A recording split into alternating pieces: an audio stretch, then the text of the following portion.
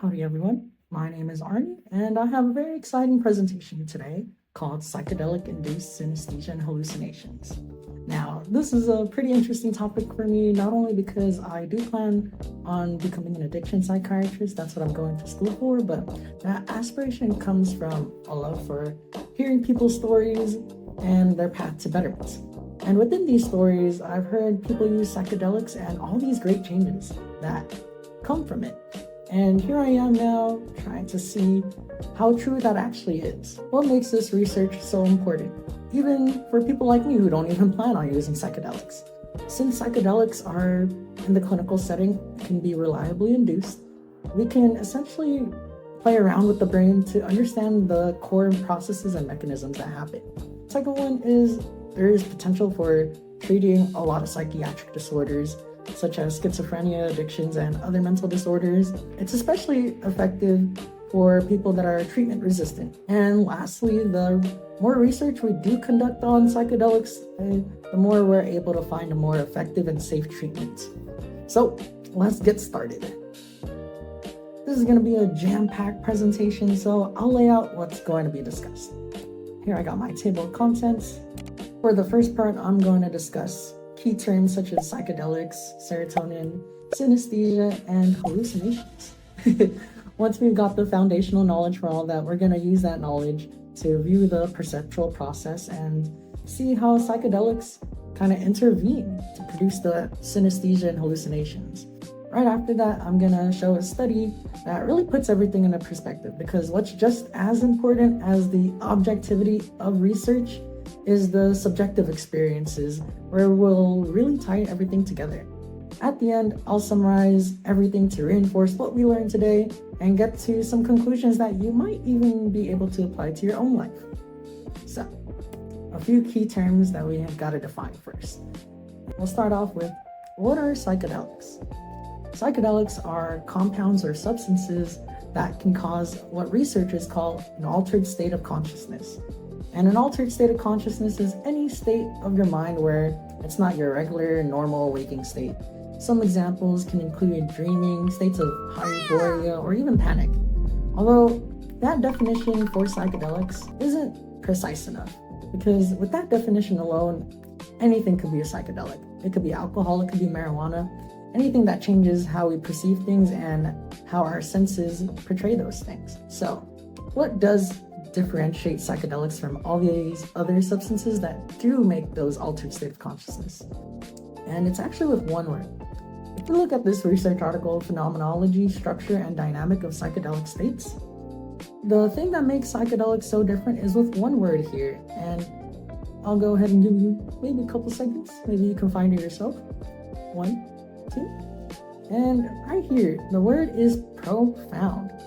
And profound just means ego dissolution, oceanic boundlessness, and visionary restructuralization. All those terms just mean like a loss of self, those moments where you're not really thinking internally.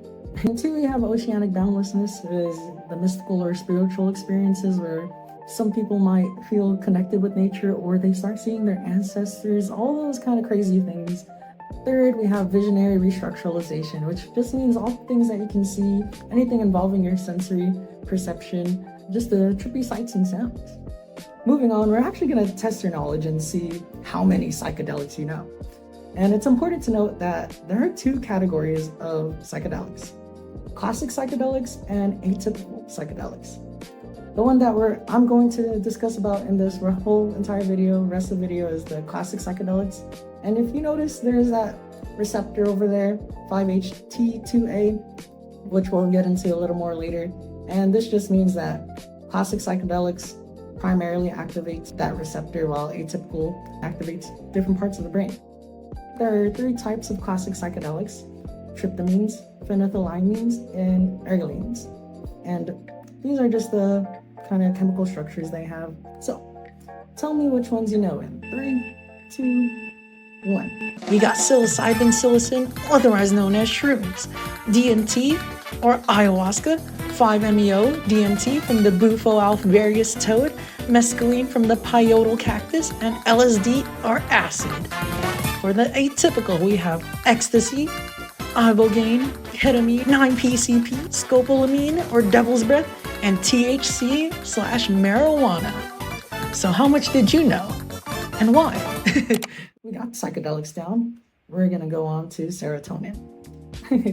Serotonin, otherwise known as 5-hydroxytryptamine, 5-HT, is a molecule that looks like this. Serotonin can be in the brain, the bloodstream, and in the gut. And depending on the location, serotonin can be either a neurotransmitter, a neuromodulator, or a hormone. And even though the common idea is that serotonin is this positive chemical that makes you feel good, that's a kind of drastic oversimplification. In the brain, serotonin can be a mood regulator or a sleep inducer. In the body, serotonin as a hormone can tell the stomach to start digesting food, or even go to a wounded area and tell the body to stop bleeding in that area. So these two receptors are 2 out of the 14 subtypes of serotonergic receptors. Learning these two can illustrate the actual mechanisms that happen when taking psychedelics. The 2A receptor is the primary receptor that gives these psychedelic experiences. And the reason we know that is because there have been human studies and animal studies once the 2A receptor is deactivated, undergoing through these psychedelics, that the brain and the neural activity is similar to that of a brain that's sober or just given a placebo. Knowing what the 2 receptors do is vital when it comes to understanding the mechanisms in play. I'll do my best to explain, and this comes from a research meta-analysis called The Tale of 2 Receptors. So we have the 1A receptor, passive coping, and the 2A receptor, active coping. And activation of the 1A receptor induced by SSRIs or antidepressants is linked with decreased impulsivity, stress, and anxiety, and increased patience, resilience, and tolerance. On the other hand, activation on the 2A receptor induced with psychedelics is linked with decrease in rigid thinking and pessimism, and increase in plasticity, learning, unlearning, and adaptability. An analogy to help describe these functions would be being at a dead-end job, where your boss expects more from you and you have to stay to make ends meet. Reactions to the 1A receptors would allow you to endure the stress more and start thinking of ways to cope, such as, I just have to pull through and I'll be fine once I'm home. It sucks, but what can I do? It's not that bad. And contrary to that response is the 2A receptors, where you have more active coping. You'll lean more into tackling the source of the stress. You might quit the job, talk to your boss, or begin making plans to find another job. So now that you know that, you might be able to identify some things in your past where you can recontextualize it in either the passive coping or the active coping and see where serotonin plays in your own life. Anyways, we got serotonin done, and now we're moving on to synesthesia hallucinations. And this is the part that we previously mentioned, that it's the visionary restructuralization of that profound alteration. So what is synesthesia? It's a stimulation of one sense triggers another sense. Some examples could include that the taste of chicken is maroon red, or certain musical notes smell a particular way. The trigger of the synthetic experience is the inducer, while the other sensory experience that follows is the concurrent. Hallucinations, on the other hand, are also a core feature of the altered state of consciousness, which means seeing things that can be described as illusions. There are 2 levels of hallucinations, and it's the elementary hallucinations and complex hallucinations.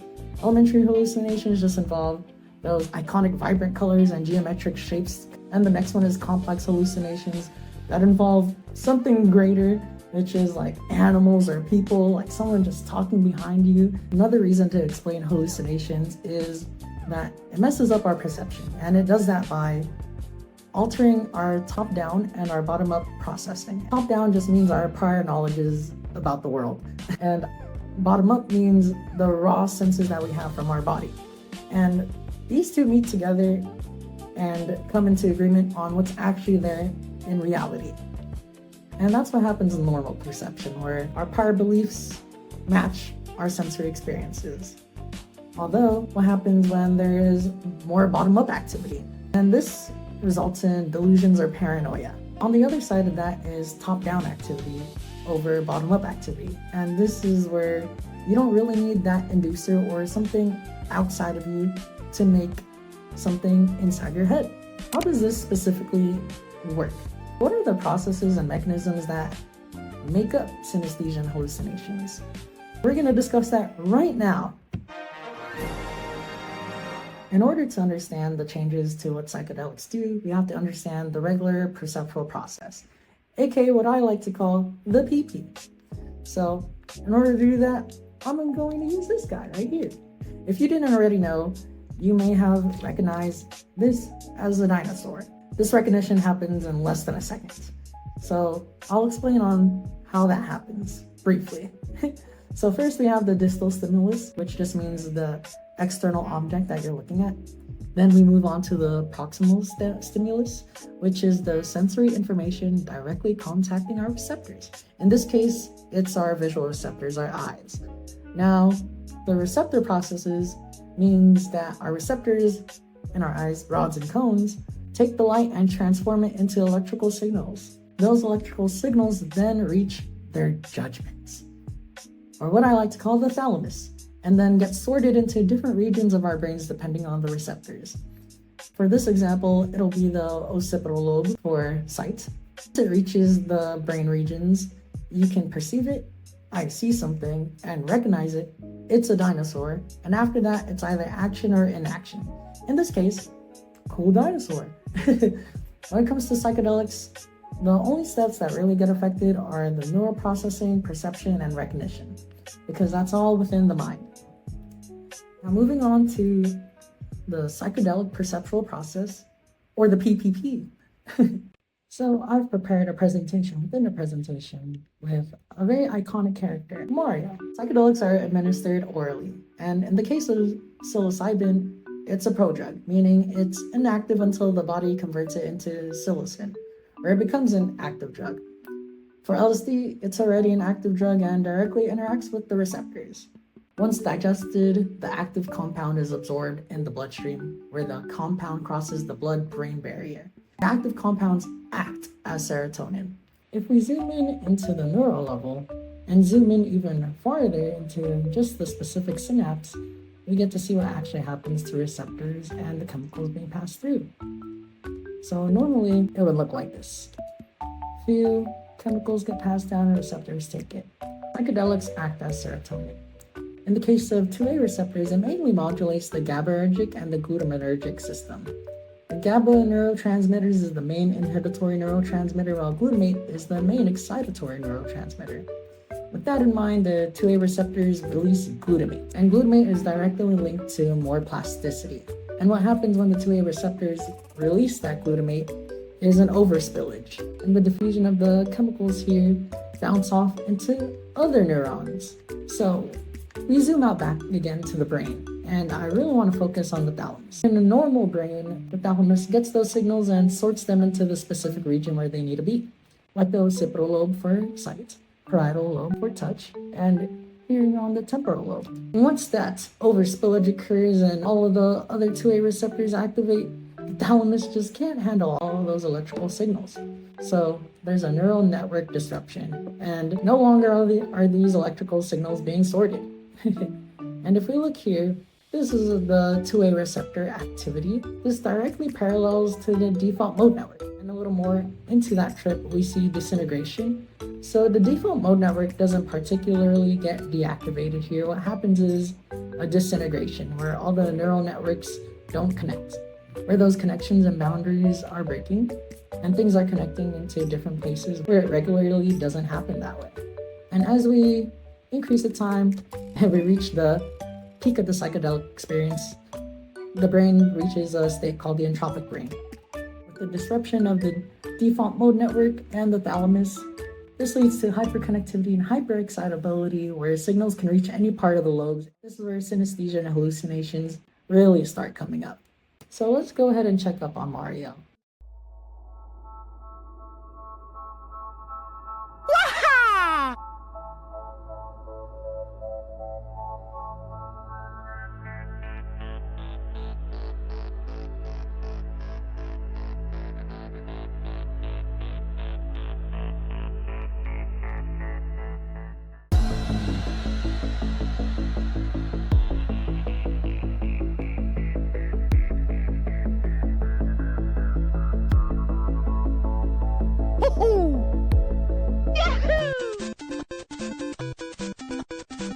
Bye bye. Alrighty, so I have this article here, The Socialization of Hallucinations, Cultural Priors, Social Interactions, and Contextual Factors in the Use of Psychedelics. And this introduces a fascinating concept called the socialization of hallucinations. And that idea suggests that your culture, therapist, or shaman are the architect of what you experience, right down to what you visually see. And for context, psychedelics have undeniable data that they work. If we look at this study, we can see that depending on the disorder, there are psychedelics that show serious promise. And I've made this key here. And what this graph means is that anything farther to the left of this middle section means less bad symptoms. Although, what makes these trials so successful is the set and setting, meaning that these researchers aren't just handing out pills. First, you're set, or your expectations are framed. And they describe it as a process of a meaningful journey for healing and insight. You know how people say you have to be in the right mindset before taking psychedelics? It's that same thing. So once you have an intention or purpose, your setting is crafted as well. So what actually happens in the clinical setting is you're first medically screened. They check your health history and your family's, then they admit you once they know you're healthy. Also, once you do take that dose of psychedelics, you have 2 psychologists with you for the full 8-hour trip guiding you. That way, it decreases any negative effects such as what people describe as a bad trip. The environment is safe and you get follow-up therapy as well. Simply put, they filter the bad and deliberately give you a good experience. So this brings us back to the main study here. Author David Dupuy knows what was discussed about psychedelics effects, and he knows that they're shaped by context, set, and setting. While there's research on the specific neurochemical mechanisms, like what we described earlier, the 5-HT2A receptors, anthropologists have noted that the actual content in the visions are defined by culture. Why do people in Amazonian rituals hallucinate jaguars and spirits, while those in the West hallucinate memories or abstract fractals? The answer lies within this approach Dupuy calls the socialization of hallucinations. This concept suggests that culture doesn't only frame the psychedelic experience, but also the phenomenological content. The way I would put it would be when you're looking at the clouds and you see a bunch of random shapes. Then your friend comes up right next to you and says, "Look, a dinosaur." Suddenly, these seemingly random shapes now look like a dinosaur.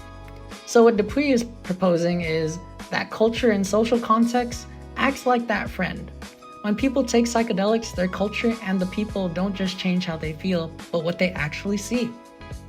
The Dupuy study takes place in Tacuasi, a therapeutic community and research center located in the Peruvian Amazon. He studies the ayahuasca rituals in 3 different research stays from 2009 to 2013. This involved frequent observations and interviews of participants who were involved during those seminars and rituals. What he found is that the hallucinations in Tacuasi were becoming stereotyped. The visions of the participants started aligning to the Tacuasi's iconography, and he was able to observe the socialization of hallucinations, which operated in 2 levels: the categorization of perception and the shaping of phenomenological content. For level 1 categorization of perception, upon arrival to the seminar, participants get an introduction to the culture and have various restrictions such as no pork, no alcohol, and no romance. And this primes the body and mind for purification. Then they get education of attention, where there are introductory lectures that participants learn to interpret ambiguous sensations. Specialists gradually transmit the criteria that will allow the latter to identify the somatic, emotional, and cognitive signs manifesting the presence and nature of supernatural entities. In other words, the shaman discerns the emotions or feelings for participants. For example, if you feel fear or anxiety, the shaman will say, "That's a demon." Any joy or relief, the shaman will say, "That's the ayahuasca spirit protecting you." Therefore, categorization of perception. And here are some examples. The education of participants to kind of label how they feel is framing their expectations and their mental state. Or in other words, this is the set. Next up, we have level 2, shaping phenomenological content, meaning social interactions affect what's actually seen. During the ritual, multiple ritual specialists sing songs, burn sacred wood, and blow perfume on participants. We see here interactions with ritual specialists radically and almost immediately transform the content of their psychedelic experience. The aroused senses evoke strong emotions that change the content in the hallucination in real time. And here are some examples.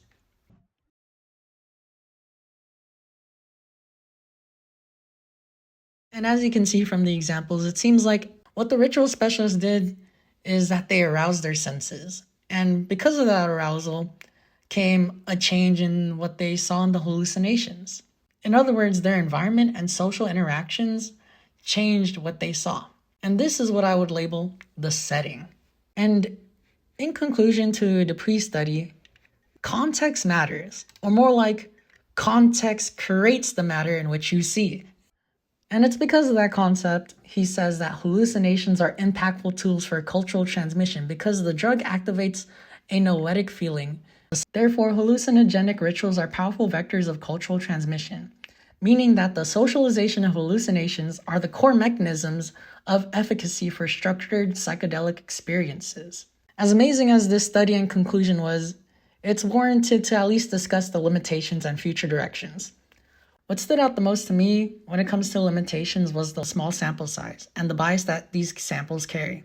The clientele in Taikawasi is mostly middle to upper class Westerners who are already funneled to the center as they, 1, know about the drug, and 2, had specific reasons to go, such as treating their addictions or had a loss of purpose in life. So questions that popped up in my head were, how would this study be if it were with healthy individuals? Or those who are atheists or agnostic, maybe those who have different economic backgrounds? Now, the last limitation I could see was the ethics of the study. As sacred as the ritual is, with openness to suggestions from the psychedelics, maybe someone could manipulate you or make you believe something is true. Now, with those limitations, there's plenty of future directions that this research could go. One good start would be interdisciplinary research, such as bringing neuroscientists and the anthropologists together. Neuroscientists can monitor the brain and the emotions, while the anthropologists can ask how the subjective trip changed their lives. Another one to add is that researchers need to find out which specific parts of the trip are most helpful, such as isolating each variable like the song, smells, and people. Lastly, I think since the drugs induce such a state where believing something is easy as breathing, there needs to be an outline or structure of specific rules to foster studies that always help people without harm. So in this presentation, we actually got to learn a lot. We got to learn about psychedelics, serotonin, and synesthesia hallucinations. We even got a surprising cameo from Mario, who allowed us to look through his perspective while taking psychedelics. This research is not only fascinating, it's very helpful. Like we've seen before from the many types of psychiatric disorders, psychedelics do help. And it really does depend on set and setting. And we were able to see through David Dupuy's study about the subjective experiences during the ayahuasca rituals in the Amazon. I really do think it's because of the top-down processing where the higher malleability, the unlearning, learning really activates where we put ourselves in kind of like a childlike state where our brain kind of absorbs everything like a sponge, like people say. So all of our prior beliefs or old models of the world can be crafted into anything. And you couple that with the bottom-up processing, with the raw sensory experiences, whether it be a therapist, shaman, ritual specialist, they kind of craft your environments and how you feel, the setting. When we couple the top-down processing, the set, and the bottom-up processing, the setting, then we essentially have the two core mechanisms that craft or architect our psychedelic experiences. There's this analogy that my favorite psychiatrist says, Dr. K, where he says that psychedelics put your brain in an edit mode. And if we look at the research or the presentation I gave today, we can kind of really see that. The brain is in a hyper-excitatory state where it's free to be molded by anything, along with the raw sensory experiences that could be molded by someone outside of you. It's kind of like you're editing the operating system. And then by the end of the psychedelic trip, it's kind of like hitting Control S and you save it. So you can kind of see how psychedelics can be as much of a good thing as much as it can be a bad thing. So if anything, research on psychedelics could potentially open a new path of clearing this mental health crisis and also be a safer avenue besides medications that give you side effects. Another thing that research on psychedelics do is gives us more insight on how the brain functions. An analogy I can think of right now is, say in the morning you have a choice between choosing cereal or oatmeal. And this time you choose cereal. And then the next day you choose cereal, the next day after that, and this happens for weeks and months. And eventually, when it's the morning time, you automatically choose cereal. And this is the process of wiring and how habits are formed, where your brain makes a decision into a habit. Therefore, you can conserve energy for other things. And instead of cereal and oatmeal, this could be your identity. Am I a loser? Am I a winner? Am I energetic or am I tired? And eventually, we have a bunch of these habits and this neural network that eventually makes up who you are. And it's the research on psychedelics that gives us more insight on the rewiring of the brain. You don't have to do psychedelics to have your brain in a malleable state or a cognitive flexible state. And there's emerging research that meditation can induce that psychedelic experience, that edit mode, as Dr. K would say.